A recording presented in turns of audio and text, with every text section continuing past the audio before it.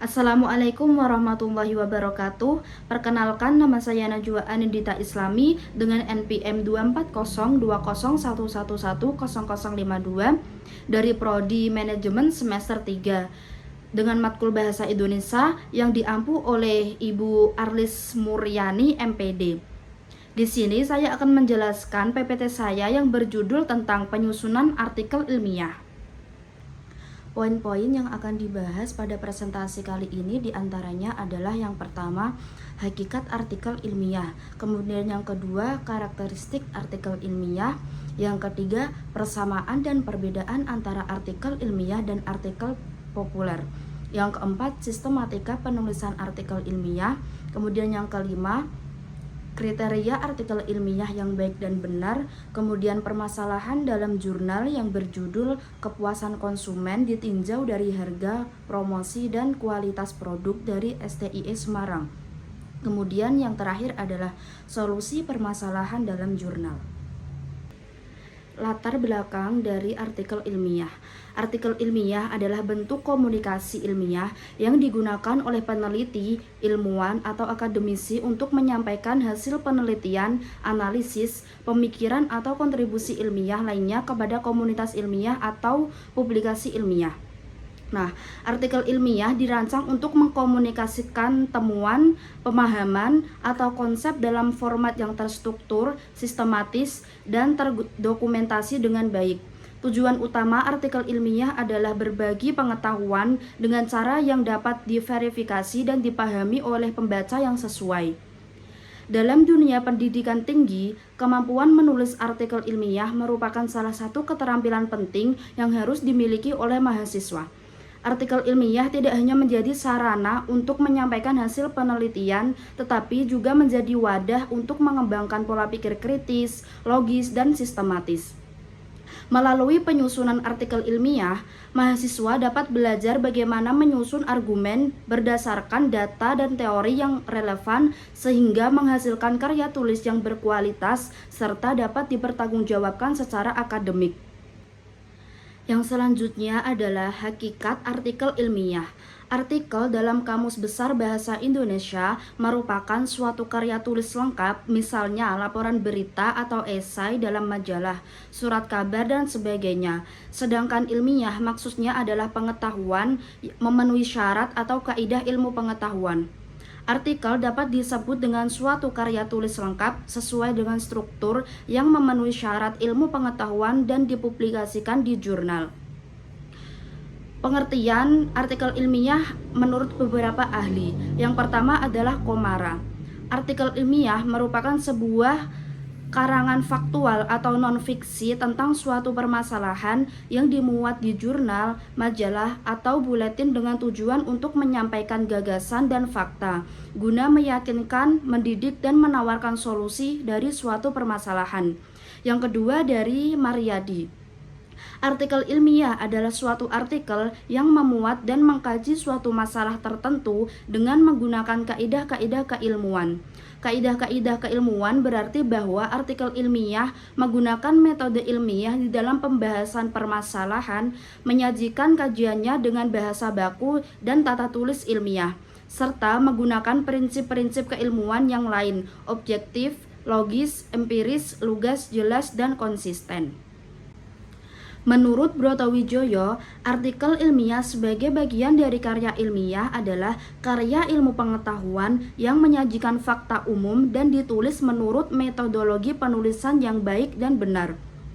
Kemudian menurut Suyitno, artikel ilmiah adalah karya tulis yang dirancang untuk dimuat di jurnal atau buku kumpulan artikel, ditulis dengan tata cara ilmiah disesuaikan dengan konvensi ilmiah yang berlaku. Berdasarkan pendapat-pendapat para ahli di atas, dapat diambil kesimpulan bahwa artikel ilmiah adalah suatu karya ilmiah yang menyesuaikan struktur artikel ilmiah dan menggunakan metodologi ilmiah dalam penyusunannya. Artikel ilmiah biasanya dipublikasikan di jurnal-jurnal yang berskala nasional dan internasional. Jadi, artikel ilmiah adalah karya tulis berbasis penelitian yang sistematis, objektif, dan disusun menurut metode ilmiah untuk membangun dan menyebarkan pengetahuan baru. Selanjutnya adalah karakteristik artikel ilmiah. Yang pertama bersifat ilmiah dan objektif. Karakteristik utama artikel ilmiah adalah sifatnya yang ilmiah dan objektif. Artinya, setiap isi tulisan harus didasarkan pada fakta, data, dan hasil penelitian yang dapat dipertanggungjawabkan kebenarannya. Penulis tidak boleh menonjolkan opini pribadi tanpa dasar ilmiah, karena hal itu dapat mengurangi kredibilitas tulisan.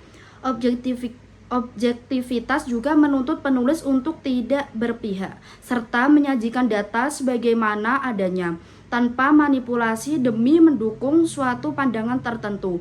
Dengan demikian, artikel ilmiah menjadi sumber informasi yang terpercaya dan berlandaskan bukti nyata. Yang kedua, menggunakan bahasa baku, formal, dan akademis. Bahasa yang digunakan dalam artikel ilmiah harus mengikuti kaidah bahasa Indonesia yang baik dan benar sesuai pedoman umum ejaan bahasa Indonesia.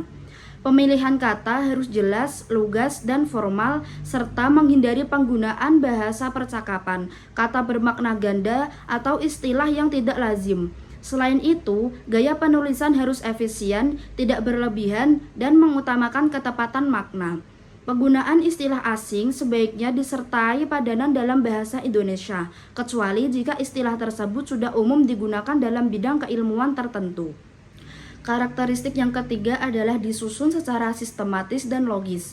Artikel ilmiah disusun dengan urutan yang logis dan sistematis agar mudah dipahami oleh pembaca. Struktur penulisan umumnya terdiri dari beberapa bagian penting, yaitu judul, yang menggambarkan secara singkat isi tulisan.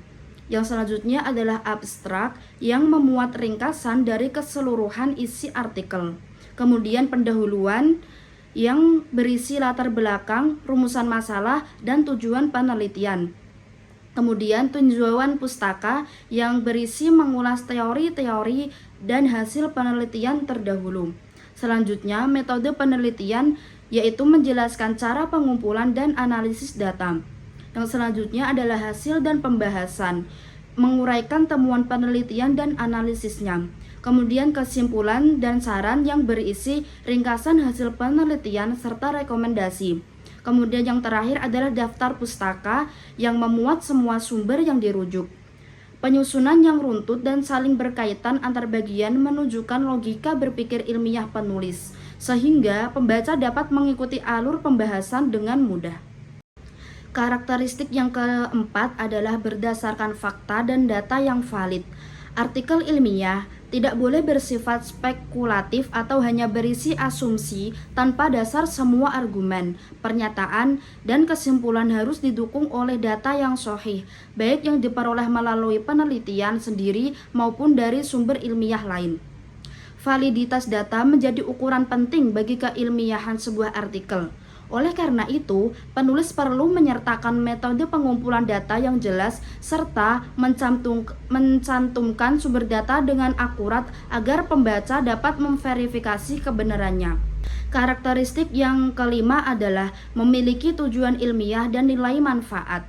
Tujuan utama artikel ilmiah adalah untuk mengembangkan pengetahuan dan memberikan kontribusi terhadap bidang ilmu tertentu. Tulisan ini tidak hanya dibuat untuk memenuhi tugas akademik, tetapi juga diharapkan dapat memberikan manfaat bagi pembaca, baik berupa informasi baru, pemecahan masalah, maupun penguatan teori yang sudah ada. Dengan demikian, artikel ilmiah memiliki nilai guna yang tinggi, baik secara praktis maupun teoritis. Karakteristik yang kelima adalah mengandung unsur keaslian atau orisinalitas. Keaslian merupakan aspek yang sangat penting dalam penulisan artikel ilmiah. Penulis harus menghasilkan karya yang benar-benar orisinal, bukan berarti menyalin atau menjiplak tulisan orang lain. Plagiarisme adalah pelanggaran serius dalam dunia akademik karena mencederai kejujuran ilmiah. Oleh karena itu, setiap ide, teori, atau data yang diambil dari sumber lain harus disertai dengan sitasi yang benar. Artikel ilmiah yang orisinal menunjukkan kemampuan penulis dalam berpikir kritis dan kreatif. Karakteristik yang selanjutnya adalah dilengkapi dengan daftar pustaka dan referensi. Setiap artikel ilmiah wajib mencantumkan sumber rujukan yang digunakan dalam penulisannya. Referensi ini biasanya berasal dari buku, jurnal, hasil penelitian, maupun sumber akademik lain yang relevan. Daftar pustaka berfungsi untuk menunjukkan dasar teori dan memperkuat argumen penulis, sekaligus memberikan penghargaan kepada penulis lain yang menjadi sumber informasi. Selain itu, referensi juga membantu pembaca untuk menelusuri kembali sumber asli dari data atau teori yang digunakan. Karakteristik selanjutnya adalah mengandung unsur analisis dan pembahasan. Salah satu ciri penting artikel ilmiah adalah adanya analisis mendalam terhadap data atau topik yang dibahas. Artikel tidak hanya menyajikan informasi atau hasil penelitian, tetapi juga harus menginterpretasikan makna dari data tersebut. Pembahasan dilakukan dengan menggunakan teori-teori yang relevan dan disertai argumen logis agar pembaca dapat memahami konteks serta makna ilmiahnya. Karakteristik yang terakhir yaitu konsisten dan logis dalam penyajian. Setiap bagian dalam artikel ilmiah harus saling mendukung dan konsisten dengan tujuan penulisan. Gaya penyajian dan penggunaan istilah harus seragam dari awal hingga akhir. Artikel yang menunjukkan pola pikir penulisan yang terstruktur dan logis, sehingga alur pembahasan tidak berbelit-belit dan mudah diikuti pembaca. Karakteristik inilah yang menjadi pembeda utama antara karya ilmiah dan tulisan biasa. Tanpa memenuhi aspek-aspek tersebut, tulisan tidak bisa dikategorikan sebagai artikel ilmiah. Pembahasan selanjutnya yaitu tentang persamaan artikel ilmiah dan artikel populer. Tujuan utama sama-sama untuk menyampaikan informasi. Keduanya bertujuan memberikan pengetahuan atau wawasan kepada pembaca. Yang selanjutnya yaitu memiliki struktur tulisan yang jelas. Keduanya disusun dengan bagian pembuka, isi, dan penutup agar mudah dipahami. Kemudian bersumber dari fakta atau data. Baik artikel ilmiah maupun populer sama-sama didasarkan pada kenyataan, bukan opini semata. Yang terakhir yaitu mengangkat topik aktual atau menarik. Biasanya membahas isu-isu terkini, relevan, dan penting bagi pembaca. Perbedaan artikel ilmiah dan artikel populer. Artikel ilmiah memiliki struktur yang lengkap dan sistematis, yang terdiri atas judul, nama penulis, abstrak, kata kunci, pendahuluan, metode penelitian, hasil dan pembahasan, kesimpulan, serta daftar rujukan. Langkah penulisannya dilakukan secara terencana dan berurutan. Dimulai dari membaca laporan penelitian, menyusun hasil dan pembahasan, menuliskan kesimpulan serta saran, hingga mencantumkan daftar rujukan bahasa yang digunakan bersifat baku, formal, dan mengikuti kaidah pedoman umum ejaan bahasa Indonesia. Artikel populer memiliki struktur yang lebih sederhana, biasanya hanya terdiri dari judul, nama penulis, paragraf pembuka, beberapa subjudul isi, dan penutup. Langkah penulisannya juga lebih bebas dan fleksibel, dimulai dari merumuskan ide, menentukan judul yang menarik, membuat kerangka, menulis dengan bahasa kreatif, hingga mempublikasikannya. Gaya bahasanya ringan, komunikatif, dan tidak terikat aturan baku, sehingga mudah dipahami oleh pembaca umum. Pembahasan yang selanjutnya adalah tentang sistematika artikel ilmiah.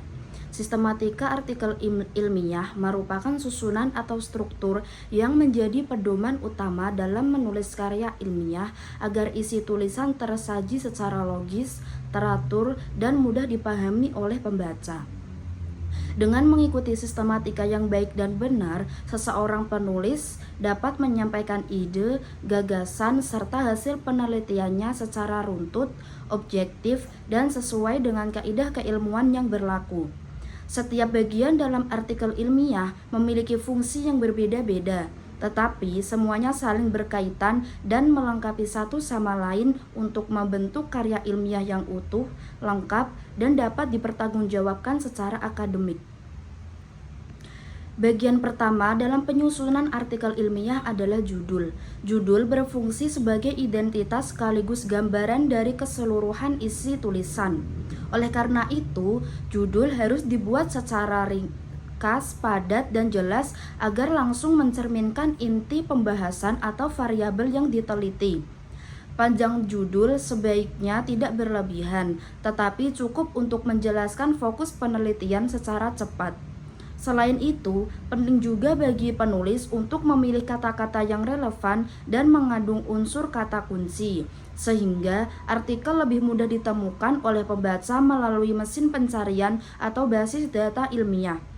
Dengan kata lain, judul bukan hanya sekedar nama tulisan, tetapi juga pintu pertama bagi pembaca untuk memahami arah penelitian. Selanjutnya adalah abstrak, yaitu ringkasan singkat yang menggambarkan keseluruhan isi artikel secara padat dan menyeluruh. Abstrak biasanya terdiri dari 150 hingga 300 kata dan ditulis dalam satu paragraf tanpa menggunakan tabel, gambar, ataupun kutipan. Dalam bagian ini, penulis perlu menjelaskan secara ringkas tentang latar belakang penelitian, tujuan yang ingin dicapai, metode yang digunakan, hasil utama yang diperoleh, dan kesimpulan dari penelitian tersebut. Karena abstrak adalah bagian pertama yang dibaca oleh orang lain, maka penulis harus menuliskannya secara jelas dan menarik, sehingga pembaca dapat memahami inti penelitian tanpa harus membaca seluruh isi artikel terlebih dahulu. Dalam jurnal ilmiah, abstrak biasanya disajikan dalam dua bahasa, yaitu bahasa Indonesia dan bahasa Inggris. Masing-masing diberi label abstrak dan abstrak. Setelah abstrak, terdapat bagian kata kunci atau keywords. Kata kunci berisi beberapa istilah penting yang menggambarkan inti topik penelitian. Biasanya terdiri dari 3 hingga 5 kata atau frasa yang diambil dari konsep utama dalam penelitian tersebut. Fungsi utama kata kunci adalah memudahkan orang lain menemukan artikel melalui sistem pencarian daring atau indeks jurnal ilmiah. Oleh karena itu, pemilihan kata kunci tidak boleh sembarangan, harus relevan, spesifik, dan mencerminkan fokus penelitian dengan tepat. Bagian selanjutnya adalah pendahuluan, yang menjadi dasar utama dari seluruh isi artikel. Pada bagian ini, penulis menjelaskan alasan mengapa penelitian dilakukan, apa permasalahan yang ingin dipecahkan, serta bagaimana penelitian ini dapat memberikan kontribusi bagi ilmu pengetahuan. Pendahuluan biasanya mencakup latar belakang masalah, rumusan masalah, tujuan penelitian, serta tinjauan pustaka singkat yang memuat teori-teori atau hasil penelitian terdahulu yang relevan. Tujuan dari bagian ini adalah memberikan gambaran umum kepada pembaca mengenai arah dan urgensi penelitian. Selain itu, pendahuluan juga harus menyertakan sumber-sumber referensi yang kredibel untuk memperkuat dasar teoritis penelitian. Setelah pendahuluan, bagian yang tidak kalah penting adalah metodologi penelitian. Bagian ini menjelaskan bagaimana penelitian dilaksanakan secara sistematis dan terukur. Di dalamnya dijelaskan jenis penelitian yang digunakan, apakah kuantitatif, kualitatif, atau campuran, serta menjelaskan metode pengumpulan data, teknik analisis, populasi dan sampel penelitian, dan langkah-langkah pelaksanaan penelitian. Penjelasan dalam metodologi harus disusun secara rinci agar penelitian dapat direplikasi atau diuji ulang oleh peneliti lain. Dengan adanya bagian ini, pembaca dapat menilai keakuratan dan validitas hasil penelitian yang disajikan. Selanjutnya, terdapat bagian hasil dan analisis yang merupakan inti dari artikel ilmiah. Bagian hasil berisi data atau temuan yang diperoleh dari proses penelitian yang bisa disajikan dalam bentuk tabel, grafik, diagram, atau uraian naratif. Setelah hasil dipaparkan, penulis masuk ke bagian pembahasan, yaitu proses menganalisis dan menafsirkan data dengan menghubungkannya pada teori yang relevan atau hasil penelitian sebelumnya. Tujuan utama dari pembahasan ini adalah untuk menjelaskan makna dari hasil penelitian dan menunjukkan kontribusi ilmiah yang dihasilkan. Pembahasan yang baik tidak hanya menjelaskan apa yang ditemukan, tetapi juga mengapa hal itu bisa terjadi dan bagaimana hasil tersebut dapat berkontribusi pada pengembangan ilmu pengetahuan di bidangnya. Bagian berikutnya adalah kesimpulan dan saran. Kesimpulan berfungsi untuk merangkum hasil penelitian secara singkat dan jelas. Kesimpulan yang baik harus menjawab pertanyaan penelitian atau rumusan masalah yang sudah disampaikan di bagian pendahuluan. Kesimpulan tidak boleh memunculkan data baru, melainkan berfokus pada inti temuan penelitian yang sudah dijelaskan sebelumnya. Nah, sementara itu, bagian saran berisi rekomendasi yang dapat digunakan untuk penelitian selanjutnya atau untuk penerapan hasil penelitian dalam kehidupan nyata. Dengan adanya bagian ini, artikel ilmiah tidak hanya berhenti pada tataran teori, tetapi juga memberikan nilai manfaat praktis. Bagian terakhir dari sistematika artikel ilmiah adalah referensi. Referensi berisi daftar sumber yang digunakan dalam proses penulisan, seperti buku, jurnal, laporan penelitian, atau sumber daring yang kredibel. Penulisan daftar pustaka harus mengikuti gaya penulisan tertentu yang konsisten, misalnya gaya APA edisi ke-7. Pencantuman referensi memiliki dua tujuan penting. Yang pertama, untuk memberikan penghargaan kepada penulis asli yang karyanya dijadikan rujukan. Dan yang kedua, untuk menghindari praktik plagiarisme. Referensi yang lengkap dan ditulis dengan benar juga menunjukkan tingkat keilmiahan serta kredibilitas artikel tersebut. Secara keseluruhan, sistematika artikel ilmiah tidak hanya berfungsi sebagai pedoman penulisan, tetapi juga mencerminkan cara berpikir ilmiah seorang penulis. Melalui sistematika yang runtut, logis, dan konsisten, sebuah artikel ilmiah akan lebih mudah dipahami, memiliki nilai akademik yang tinggi, serta layak untuk dipublikasikan dalam jurnal ilmiah. Oleh karena itu, setiap mahasiswa dan peneliti perlu memahami serta menerapkan sistematika ini dengan baik agar karya ilmiah yang dihasilkan benar-benar memenuhi standar keilmuan dan bermanfaat bagi pengembangan pengetahuan di masa depan. Pembahasan selanjutnya yaitu tentang artikel ilmiah yang baik dan benar. Kriteria artikel ilmiah yang baik dan benar mencakup beberapa aspek penting, baik dari segi isi, struktur, maupun penyajiannya. Yang pertama, judul yang jelas dan informatif. Judul harus mencerminkan isi artikel secara ringkas namun padat makna. Hindari judul yang terlalu panjang atau terlalu umum. Judul yang baik biasanya mencakup variabel utama atau fokus penelitian. Kemudian yang kedua adalah abstrak yang padat dan informatif. Abstrak harus mampu merangkum keseluruhan isi artikel meliputi tujuan penelitian, metode, hasil utama, dan kesimpulan dengan bahasa yang singkat dan jelas, biasanya 150-250 kata. Kemudian yang ketiga adalah pendahuluan yang relevan. Bagian pendahuluan menjelaskan latar belakang masalah, rumusan masalah, tujuan penelitian, serta tinjauan singkat teori atau penelitian terdahulu yang relevan. Tujuannya agar pembaca memahami konteks dan pentingnya penelitian. Kemudian yang keempat adalah metode penelitian yang jelas. Artikel ilmiah yang baik mencantumkan metode penelitian secara rinci. Jenis penelitian, populasi dan sampel, teknik pengumpulan data, serta analisis data yang digunakan. Hal ini penting agar penelitian dapat direplikasi atau diuji ulang oleh peneliti lain. Kemudian yang kelima adalah hasil dan pembahasan yang logis.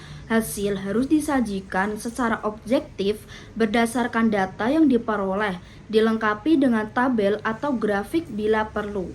Pembahasan kemudian mengaitkan hasil dengan teori atau penelitian sebelumnya untuk menunjukkan kontribusi ilmiah. Yang selanjutnya adalah kesimpulan yang tepat dan berdasarkan data. Kesimpulan harus menjawab tujuan atau rumusan masalah yang telah dibuat di awal, bukan sekedar pengulangan hasil. Hindari kesimpulan yang tidak didukung oleh data atau hasil analisis. Yang selanjutnya adalah bahasa yang ilmiah dan baku. Gunakan bahasa Indonesia yang baik dan benar atau bahasa Inggris akademik bila diminta. Hindari gaya bahasa emosional, opini pribadi, atau kata-kata yang tidak formal. Penulisan harus efektif, objektif, dan mengikuti kaidah tata bahasa ilmiah. Yang selanjutnya adalah referensi yang relevan dan terbaru. Daftar pustaka harus mencantumkan sumber-sumber ilmiah yang kredibel seperti jurnal, buku akademik, dan laporan penelitian. Idealnya terbitan 5-10 tahun terakhir. Gunakan sistem sitasi yang konsisten, misalnya ABA, MLE, atau Chicago Style. Yang selanjutnya adalah orisinalitas dan anti-plagiarisme. Artikel harus merupakan hasil karya sendiri, bukan hasil salinan dari sumber lain. Setiap kutipan atau ide orang lain wajib disertai rujukan yang jelas. Tingkat kemiripan idealnya di bawah 20%. Pembahasan yang selanjutnya yaitu tentang permasalahan dalam jurnal yang berjudul kepuasan konsumen ditinjau dari harga, promosi, dan kualitas produk, karya Bayu Sapta Adinugroho, Muhtamrin, dan Daniel Grace Kristiawan dari Sekolah Tinggi Ilmu Ekonomi Semarang.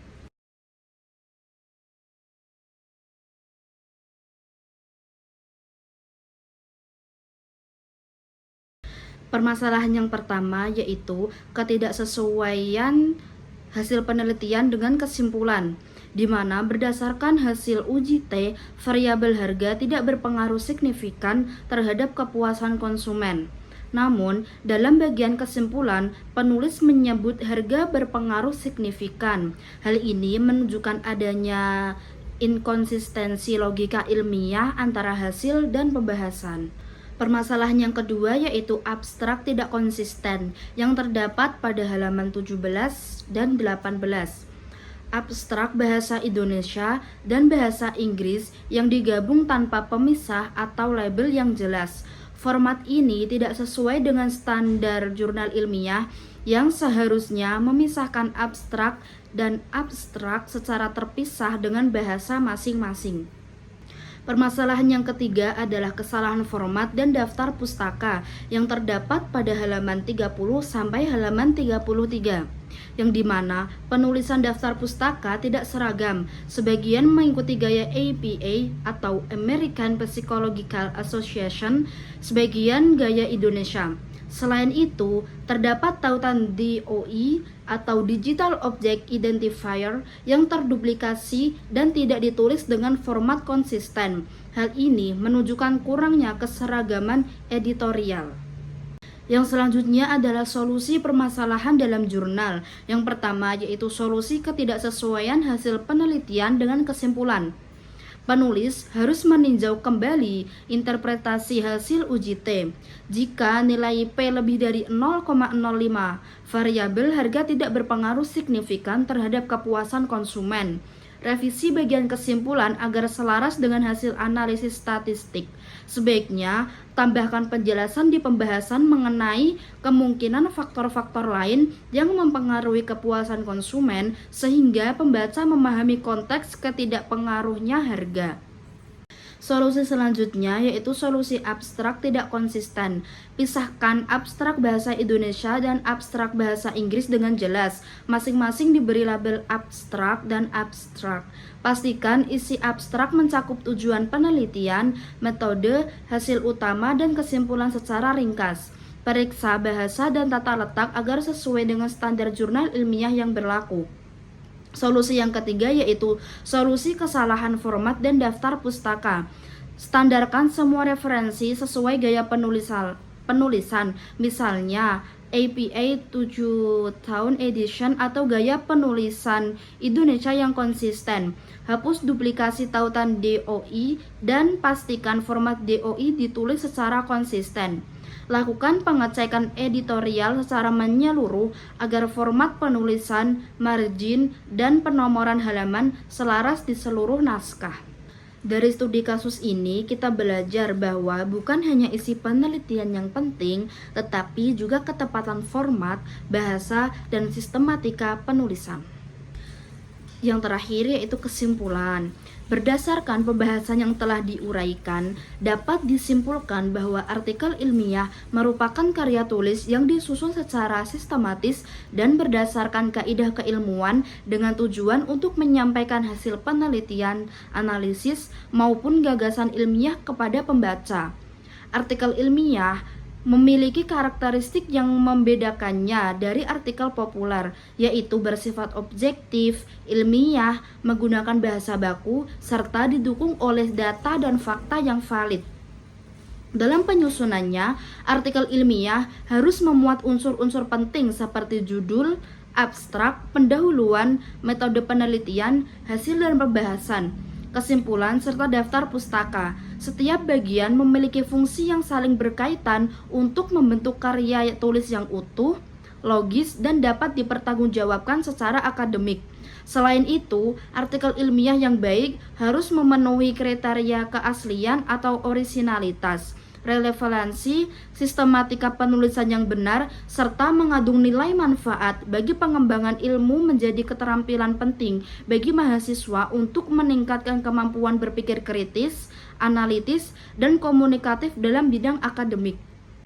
Demikian presentasi yang dapat saya sampaikan pada kesempatan kali ini.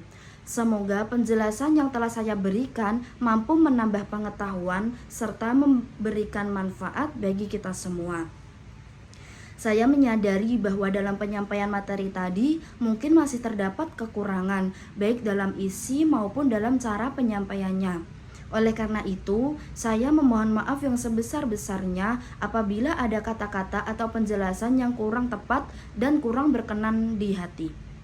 Sebagai penutup, saya ucapkan terima kasih atas perhatian dan waktunya. Semoga apa yang saya sampaikan hari ini dapat menjadi bahan pembelajaran yang bermanfaat ke depannya.